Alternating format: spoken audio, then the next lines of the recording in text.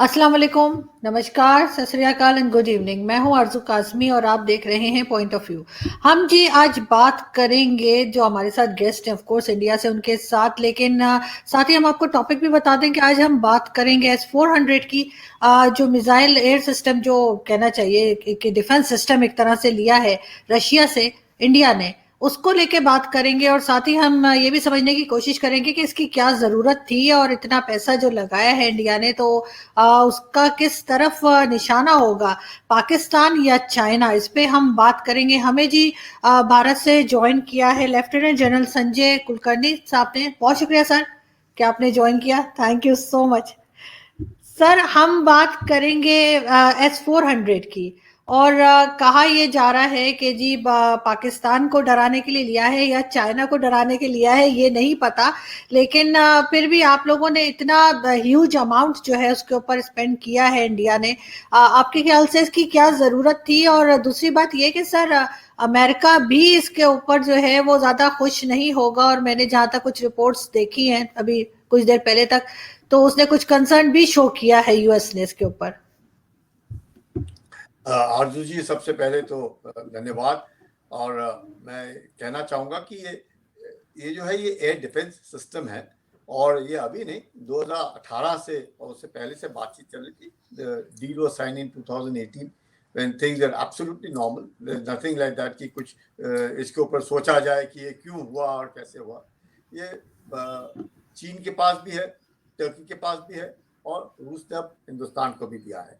और सबसे बड़ी बात यह है कि भारत और सोवियत यूनियन रशिया जो है उसके साथ जो रिश्ते हैं वो हमारे बहुत पुराने ऐतिहासिक पारंपरिक रिश्ते हैं, इसलिए वो मुंह में सोवियत यूनियन ही आता है। पर लेकिन ये कहना कि और ये जो रिश्ते हैं ये इतने पुराने और अच्छे हैं, और खासकर मैं कहूँगा कि जरूर 1991 के बाद जब सोवियत यूनियन रूस बन गया वापस, और पहले ऑफ कोर्स रूस से सोवियत यूनियन बना 1921 में, और वापस from back to Russia again in 1991। और ये जो रिश्ते हैं तब से लेकर के मैं कहूँगा, और बढ़िया एक मैं कहूँगा एज ए कोइंसिडेंस है कि भारत और सोवियत यूनियन के रिश्ते मैं कह रहा हूँ, पीकिंग में जब अभी तो बेजिंग बोलते हैं, पीकिंग में जब बातचीत हो रही थी वहां पर हुआ कि भाई भारत के साथ सोवियत यूनियन ने अच्छे रिश्ते बनाने चाहिए। और तीनों देश मैं कहूँगा भारत, चीन और सोवियत यूनियन बहुत अच्छे रिश्ते थे, इनमें कोई ये नहीं था।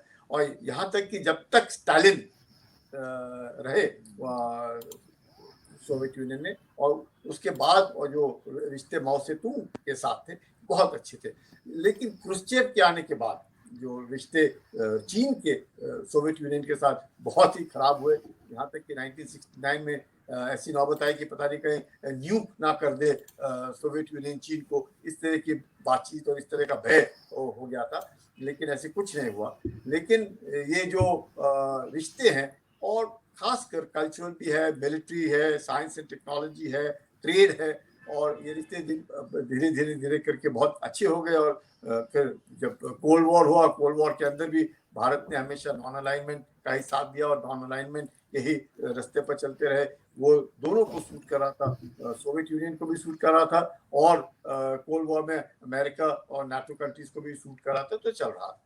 लेकिन अब जब रिश्ते कहा जाता है कि भारत और चीन के रिश्ते जो है वाकई बहुत ही गिर गए हैं, और रिश्ते अच्छे नहीं हैं। चाहे ट्रेड के मामले में तो ऑफकोर्स ट्रेड हो रहा है, पर रिश्ते अच्छे नहीं हैं, क्योंकि जिस प्रकार से चीन विस्तारवाद में लगा हुआ है, चीन अपने आप को एक तरीके से एग्रेसिव पोस्चरिंग करने की कोशिश कर रहा है, साउथ चाइना सी में हो, या ताइवान के बरखिलाफ हो, या फिर हांगकांग में इस तरीके में क्या, या लद्दाख में क्या, या भारत के पॉलिसी पे कर रहा है। तो ये सब चीजों के मद्देनजर मुझे लगता है कि इट इज बेस्ट। और ये तो मैं जो बातें कर रहा हूँ ये तो 2020 की है, और 2020 के बाद ये सब हो रहा है। पर ये जो S-400 की जो आप बात करें, ये तो 2018 में सी हुआ। उसके बाद जरूर, जैसे आपने ठीक कहा कि अमेरिका को भी इसके ऊपर ये मैं कहूँगा एक तरह से मतभेद था, और उन्होंने भी अपना दिखाया कि हम आप यहाँ से ना लें। लेकिन भारत जो है हमेशा कहता है कि रशिया के साथ जो हमारे रिश्ते हैं वो पारंपरिक है, ऐतिहासिक है और इसको किसी के बरखिलाफ नहीं देखा जाना चाहिए। और अमूमन मैं कहूँगा कि 60% जो आर्म फोर्सेस इक्विपमेंट है वो रूस का है और रूस से ही आया है, तो we are quite comfortable with it. तो ऐसे it is not in the purpose, definitely it's an air defence system, it's a very modern air defence system. It can take on targets up to 400 kilometers. It can take on targets against aircrafts, missiles, even medium-range ballistic missiles. So एक तरीके से system है जिसको एक जरूरी है आज के ज़माने में कि we should have a good air defense system, and it is with that. Or definitely, I think capacity building takes time. Intentions can change overnight. So it is to ensure कि कोई अपने जो इरादे हैं, कोई भी नापाक इरादों से भारत के ऊपर कुछ ऐसे सोचे ना। तो यू शुड बी, मतलब ये नहीं कि जरूरी है कि किसी खास देश के बरखिलाफ है, ऐसे नहीं है। लेकिन जरूर ये एयर डिफेंस सिस्टम है जो कोई भी देश, चाहे वो पाकिस्तान हो, चाहे वो चीन हो, या फिर कहीं से भी किसी प्रकार से भी अगर खतरा आता है, तो we should be prepared for it. It is with that intentions, I would say, that S-400 deal, जरूर it is a $5 billion deal. The whole thing is coming. It's a very, very advanced system, one of the state-of-the-art system. Or I think it is more to do with having good relations with Russia, and Russia का trust and faith on India, despite it having given it to China. China ने तो deploy कर रखा है, China ने तो already it is deployed, चाहे वो होटल में हो या नाक्ची में हो, it is already deployed over there. So अगर उन्होंने deploy किया है तो मुझे लगता है China will not come that far to deploy against any other country other than it is intended कि किसके बरखिलाफ है. So I think everybody should be prepared and be take precautionary measures to ensure कि कोई हादसा ना हो जाए. It is from that point. Yeah. तो सर आपको लगता है कि ये एयर डिफेंस सिस्टम जो है वो अब अगर इंडिया ने ले लिया है तो बहुत ज्यादा अब इंडिया सिक्योर हो गया है? आप किसी भी बाहर की, चाहे कोई भी कंट्री हो या कोई भी लोग हो, अगर कोई नुकसान पहुंचाने की कोशिश करता है तो अब कंप्लीटली उसको रोका जा सकेगा? और आपके ख्याल से ये सब कंट्रीज के पास होना चाहिए, जितनी भी साउथ एशियन कंट्रीज है स्पेशली? ये ऐसे है कि देखिए, it's a modern advanced system. अब चीन ने hypersonic missiles लिए हैं. Now we have even catered to it कि against hypersonic missiles also the defense has to be there. Though Bharat के पास भी टेस्टिंग हुआ है hypersonic missiles का. तो ये जो इस तरह के हैं, it is more, I don't think we should see it in the context कि भाई war. It's not like war. I think it's more of a deterrence, prevent war. So when you prepare, you prevent, and that is very, very important. And especially in the nuclear environment, जब पाकिस्तान भी nuclear है, चीन भी nuclear है, भारत भी nuclear है, तो ऐसे एनवायरमेंट में बहुत जरूरी है you should prevent war. Aim is not to without war mongering. When you do all this, it is to ensure कि लड़ाई ना हो और सारा जो पूरा साउथ एशिया है it should prosper. And ये नहीं होना चाहिए कि अब मुझे ऑफकोर्स आरजू जी, आप तो पाकिस्तान से है तो आपको अपने देश से प्यार है, मुझे अपने देश से प्यार है, पर दोनों हम एक ही हैं. ऐसे ये सोचना कि मतलब हम सब एक ही परिवार में थे और चलो कोई बात नहीं, परिवार में बंटवारा हो गया, लेकिन मकसद होना चाहिए कि दोनों देश तरक्की करने चाहिए. और पर अगर किसी एक देश में विचारधारा ही बदली हो गई, जिस मकसद से बंटवारा हुआ वो मकसद तो रहा ही नहीं, वो बंटवारा हुआ कि दोनों चलो अलग होकर के भी प्रगति करेंगे, और शुरुआत तो हुई प्रगति की, पर बीच में अब आप देख रहे हैं कि इट इज मतलब I should be saying that then Pakistan took the wrong way. और पूरे even if you say कि how financial action task force बार पाकिस्तान को कह रहा है आप ग्रे लिस्ट में, आप ब्लैक लिस्ट में चले जाएंगे, आप मनी लॉन्ड्रिंग मत करिए, टेरर फंडिंग मत करिए, उसके बावजूद भी नहीं हो रहा है. अब तो टर्की जो पाकिस्तान के साथ खड़ा दिखता है वो भी ग्रे लिस्ट में आ गया है. You can imagine the kind of the world is concerned, the world is wanting to ensure that peace prevails around the world. और जो रेडिकलाइजेशन है, टेररिज्म है, ये इसको किस तरीके से इसका खात्मा किया जाए, किस तरीके से इसको हटाया जाए, पर इतना आसान कहना बहुत आसान है, पर करना जो है, क्योंकि जो सोच है It's an ideology which has to be fought, and that ideology requires, I would say, an effort from within the community, and of course adequate strength to be able to tell them कि अगर आप नहीं माने तो हमारे पास भी ऐसे अस्त्र हैं जिससे फिर हम आपको मनाने की कोशिश करेंगे। नहीं तो अगर बातचीत से बात हो जाती है तो बहुत ही अच्छी बात है। और अगर अभी आप अफगानिस्तान में देख लीजिए, इस प्रकार से अफगानिस्तान में मतलब 15 अगस्त के बाद अब 16 नवंबर तक रिकग्निशन नहीं हो रहा है। अब अफगानिस्तान में आप देख सकते हैं कि किस तरीके से वहाँ पे हालात जो हैं बदतर होते जा रहे हैं, और उन बदतर हालातों से निकलने के लिए जरूरी है कि रिकग्निशन हो, लोग आगे आए, ह्यूमैनिटेरियन असिस्टेंस दें, अफगानिस्तान को खाने पीने की मदद करे, दवाइयों की मदद करे, पर करे तो कैसे करे, कौन है, और जिस प्रकार से वो सरकार आई थी वो तो सरकार ने मकसद हुआ ही नहीं। और पाकिस्तान अब हकानी नेटवर्क के द्वारा अगर करे तो भी मुश्किल हो रहा है। अब पाकिस्तान खुद समझने में दिक्कत आ रही है कि अब कैसी हालात हो गए हैं। अब सोच रहे थे कि अभी जो national security advisers Delhi declaration हुआ, दिल्ली मीट हुआ, अफगानिस्तान के ऊपर पाकिस्तान नहीं आया, चीन नहीं आया, पर रूस जरूर आया, ईरान जरूर आया, बाकी सेंट्रल एशिया के कंट्रीज आए। तो ये दिखाता है कि ऐसे माहौल में सब कोई एक दूसरे के साथ अगर मदद करे, it's a very good sign. बातचीत हो रही है, मदद हो रही है, इट्स अ गुड साइन कि लड़ाई नहीं होगी। और सब कोई चाहते हैं शांति रहे, पर अगर गलती से मैं कहता हूँ अगर लड़ाई होती है तो तैयारी जरूर होनी चाहिए। It's very important. Forewarned is forearmed. The prevention can only come if you take precautions.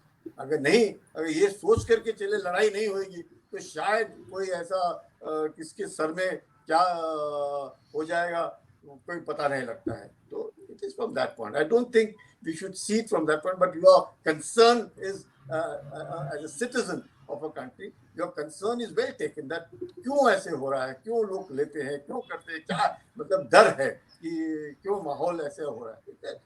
It's absolutely largely I go by your by sentiments of yours, but I think it is very, very important even within Pakistan also to be able to put pressure. I think the public must put pressure on the government and thinking of the government and thinking of some people who seem to feel that terrorism is the only way and the only export of terrorism is the only way we can live. ऐसे नहीं है. I think Pakistan has got very intelligent lot of people. Extremely intelligent. They're just like Indians. I see no difference between a Pakistani and an Indian.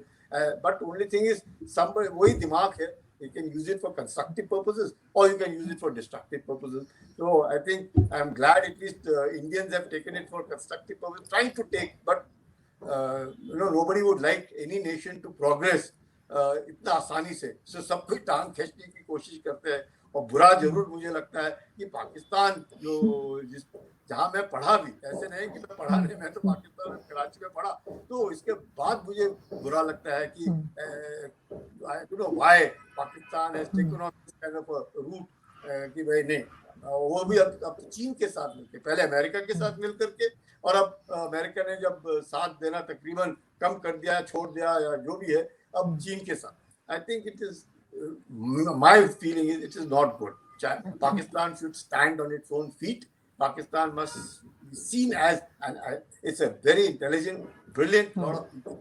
कोई शक नहीं है, and if it can do radicalization, it can also do a lot of science and technology. And अगर nuclear है तो समझ सकते हैं कि दिमाग है, पाकिस्तान के अंदर जबरदस्त दिमाग है, इसलिए तो न्यूक्लियर बना है ना, नहीं तो कैसे हो सकता है, ये टेक्नोलॉजी कैसे ग्रहण कर ली, दिमाग है, खुद इस्तेमाल किया है, आप आए हैं, उस काम पर पहुंचे हैं। तो I think good relations is very very essential. नहीं, आप बिल्कुल ठीक कह रहे हैं सर, लेकिन पाकिस्तान हमेशा से ऐसा नहीं था। आई फील के पहले काफ़ी बेहतर किस्म के लोग थे और काफ़ी प्रोग्रेसिव किस्म की थॉट्स होती, लेकिन अब ऐसा नहीं है। लेकिन आई विश के दोबारा से हम जो है वो अपने पाँव पे खड़े और इस तरह की टेंशन्स जो हैं वो ना हो दोनों कंट्रीज में, ना हिंदुस्तान में और ना पाकिस्तान में। लेकिन सर अमेरिका की अगर हम बात करें तो अमेरिका ने कंसर्न शो किया है, और आप क्या एक्सपेक्ट कर रहे हैं कि क्या रिएक्शन वहां से आ सकता है, और क्यों अमेरिका इतना परेशान है कि अगर भारत ने ये सिस्टम लिया है तो? देखिए, अमेरिका के पास भी एयर डिफेंस सिस्टम है, that's also as expensive and as good. Of course S-400 जो है it is far more advance, इसमें कोई शक नहीं, it is definitely more advance, though maybe a little less expensive than America, but American system comes with complete क्या उसे कहते हैं backup. That means it ensures maintenance of the system that the Russian system, the maintenance is also a part of it, but then subsequently they have to maintain. So there's a cost difference. इसमें कोई शक नहीं। लेकिन America हर कोई ना, after all ये जितने भी देश हैं ये सब इनकी इकोनॉमी रन करती हैं वेपनरी के ऊपर, इसमें भी कोई शक नहीं होना चाहिए। Everybody is running the economies on weapon and it's a big deal, it's a $5 billion deal, so America would want it that way. But ठीक है, I'm sure Americans understand the concern of India. Americans understand कि भारत ने रूस के साथ इसके अभी आज के संबंध नहीं, बहुत पुराने ऐतिहासिक पारंपरिक संबंध हैं, उसके ऊपर भी भारत ने रखा है। और माहौल जिस प्रकार से भारत के रिश्ते चीन के साथ वाकई खराब हैं, रूस के रिश्ते चीन के साथ अच्छे हैं, रूस और चीन के रिश्ते अमेरिका के साथ अच्छे नहीं हैं, हिंदुस्तान के अब रिश्ते अमेरिका के साथ अच्छे हैं। तो it's a kind of a balance of power which is going on. It's not a cold war. To say that it's a cold war, no, it's not a cold, but it's धीरे धीरे ये दुनिया जो है ये bipolar हो गई है। एंड बाइपोलर में एक अमेरिका एक पोल है और दूसरा पोल चीन उसको पकड़ने की कोशिश कर रहा है कि हम हैं। और ब्रिक्स जैसे हुआ, ये maybe it could have been seen as a third pole, so as a trilateral or something like that, but चलो इवन धीरे धीरे होएगा। ब्रिक्स में भी भारत भी है, रूस भी है, चीन भी है, एससीओ में भी भारत भी है, चीन भी है, रूस भी है। तो ये सब जो है बातचीत करने के बहुत सारे प्लेटफॉर्म्स हैं, तरक्की करने के बहुत सारे प्लेटफॉर्म्स हैं।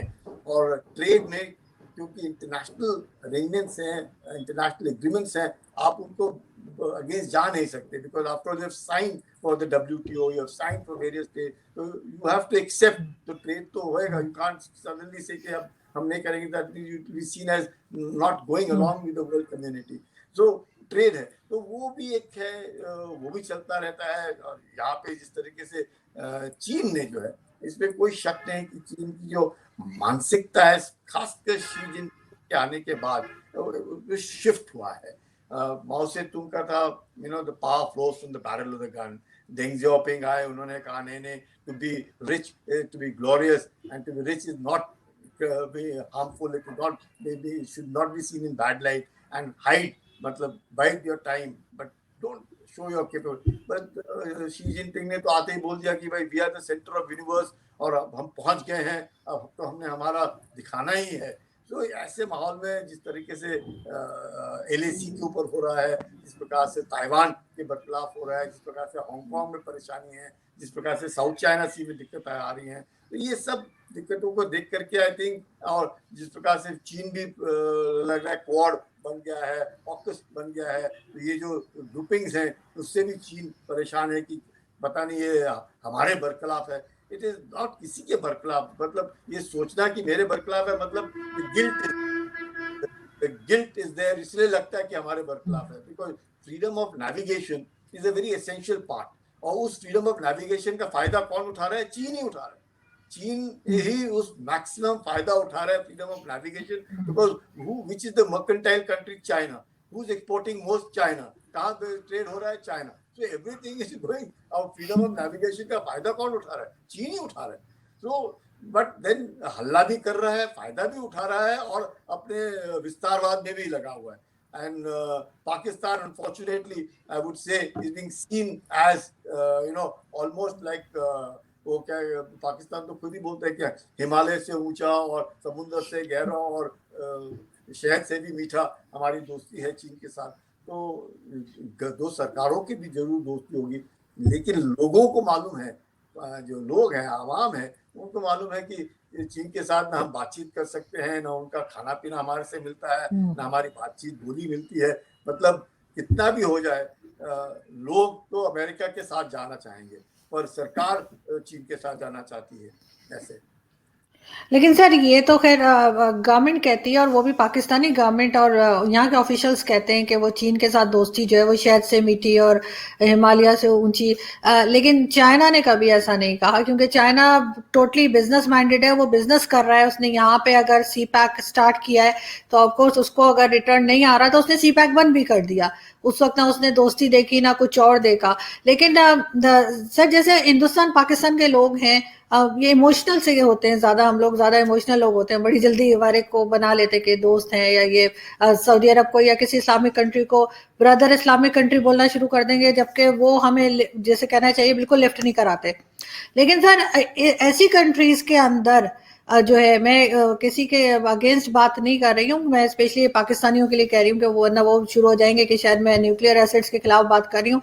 लेकिन सर ऐसी कंट्रीज के अंदर जो इतनी इमोशनल कंट्रीज होती हैं उनमें न्यूक्लियर एसिड्स का होना जो है, आपको लगता है कि वो सेफ है? और कोई भी इमोशनल होके, क्योंकि हमारे यहाँ से तो आपने मिनिस्टर्स को भी जानते हैं जो कहते हैं हमने पाव पाव के भी बना के रखे हैं, तो ये बोलने की हद तक कहते हैं ना कि वो मेरी मदर कहा करती थी बुरी बात मुंह से नहीं निकालनी चाहिए, वो फिर कर भी जाता है कभी कोई। तो सर आपको लगता है कि इतनी इमोशनल कंट्रीज के पास, जिसमें दोनों जगह हिंदुस्तान पाकिस्तान में इस तरह की चीजें सेफ हैं, ऐसे ऐसे हाथों में हैं कि किसी को नुकसान ना हो? नहीं नहीं, जो कह रही है ना आप, मैं भी जब स्कूल में आता था बोलते थे, कई बार बोलते ना, इसने बोल दिया मनहूस है, ये कुछ बोल दिया तो पता नहीं हो ही जाएगा तो गड़बड़ हो जाएगी। इसमें शक नहीं है कि दोनों देश जो है, और मुझे लगता है जो न्यूक्लियर एसेट्स हैं इनके ऊपर काफी between India and Pakistan also there is a deal on the nuclear assets, ऐसे नए हैं। लेकिन मुझे नहीं लगता है कि सबको मालूम है कि this is like mutual assured destruction. अगर इमोशनल हो या नॉर्मल भी है, if it is mad and if you use it then it's mutually assured destruction. कोई भी देश अगर ये सोचता है, चाहे वो टैक्टिकल हो, स्ट्रैटेजिक हो, कैसा भी न्यूक्लियर बॉम्ब गिरा करके अपने जो सोच है उसको मतलब अमल में ला सकता है, नहीं हो सकता है। It's impossible. The nuclear assets will remain nuclear. They'll only stay as deterrents, not for you. जिस वक्त किसी ने इस्तेमाल कर लिया तो ये समझ जाना चाहिए कि वो खात्मा है, इसमें कोई शक नहीं, खात्मा होगा और फिर से वहां पे दुनिया दोबारा बसनी शुरू हो जाएगी। इतना आसान नहीं होगा, बिकॉज जो हिरोशिमा और नागासाकी में हुआ अब वो नहीं है। हिरोशिमा नागासाकी में तो अभी नॉर्मल कन्वेंशनल बॉम्ब उस तरीके की काबिलियत रखते हैं, तो अभी तो जो काबिलियत है न्यूक्लियर बॉम्ब की बहुत जबरदस्त है, हाइड्रोजन बॉम्ब बहुत जबरदस्त है। मतलब small thing can cause massive. तो मुझे नहीं लगता है कभी भी, मैं सोच सकता हूँ चाहे हम कितने भी इमोशनल हो जाए, नो कंट्री बिकॉज ऐसे काम करने के लिए सबको मालूम है किसके एसेट्स कहाँ हैं, पहले ही इस्तेमाल ना करने के काबिल कर देंगे उनको। So I don't think we should not be worried, and nobody should blackmail or even bulldoze कि हम इस्तेमाल कर सकते हैं। कोई नहीं करेगा, ना कोई करने की काबिलियत रखता है आज के दिन तक। कल क्या मालूम है मुझे, लेकिन मुझे नहीं लगता है कि किसी में इतनी हिम्मत है। और कितने भी हो जाए, they can not go into रोग हैंड्स। और अगर रोग हैंड में जाएंगे, नॉर्थ कोरिया देख लीजिए, I think the entire thing is in wrong hands, but still can they use it, इस्तेमाल कर पा रहे हैं, चाहे वो किसी के भी बरखलाफ हो, नहीं कर पा रहे। धमकी दे सकते हैं, इधर डाल दो, जापान के नजदीक फेंक दो, एक और मिसाइल निकाल दो जो अमेरिका पहुंच जाएगी, ये कर दो वो, लेकिन इस्तेमाल करने की हिम्मत नहीं है, क्योंकि उसके बाद वो दिखेगा ही नहीं, वो कोई भी नहीं देखेगा, वो भी नहीं देखेगा, और नुकसान तो दोनों तरफ होगा, पर जितने पहले इस्तेमाल वो खत्म। तो बिल्कुल नहीं सर, एग्जैक्टली सर, होना भी नहीं चाहिए, और ये चीज सबको माइंड में रखनी चाहिए कि इस तरह की बात भी नहीं करनी चाहिए। मैं तो बड़ी सरप्राइज हो जाती हूँ कि जब इस तरह की बात भी कहीं से की जाती है, स्पेशली हमारे यहाँ से ही बहुत बार कहा जाता है कि हमारे पास न्यूक्लियर एसिड्स हम ये कर देंगे वो कर देंगे, तो इस तरह की बात भी नहीं करनी चाहिए जी। कारगिल के सब कुछ हो गया, इतने लोग दोनों तरफ मरे, दोनों न्यूक्लियर पावर्स हैं, कोई इस्तेमाल किया किसी ने? नहीं किया, और नहीं भी करेंगे, जबकि दोनों तरफ काफी नुकसान हुए, चाहे ऑफिसर्स हैं, जेसीओस हैं, जवान हैं, दोनों तरफ जबरदस्त नुकसान, पर इस्तेमाल किया। यही एक तरीका है, और मैं समझ सकता हूँ एग्जाम्पल है कि दो न्यूक्लियर पावर अगर लड़ेंगे भी, it will still lead to only conventional, मतलब है आपके पास प्रॉपर्टी है जो करोड़ों की प्रॉपर्टी है आपके पास, और आप जब बेचेंगे तभी तो आपको मिलेगा, नहीं तो उसको मेंटेन करने के लिए आपको तो बहुत पैसा कमाना पड़ेगा उस प्रॉपर्टी को मेंटेन करने के लिए। तो इट इज जस्ट ट्रांसलेटेड। सो कारगिल में देख ही लिया आपने, ये दोनों न्यूक्लियर है, but nobody use nuclear, nobody will use nuclear, and I am sure इतना दिमाग तो सब देशों में है, चाहे कैसे भी देश हो, कोई इस्तेमाल नहीं करेगा। बिल्कुल, I hope so. Thank you so much sir कि आपने ज्वाइन किया, बहुत कुछ सीखने को मिला आपसे। आई होप कि जल्दी फिर मिलेंगे। बहुत शुक्रिया। Thank you. Thank you. Thank you sir.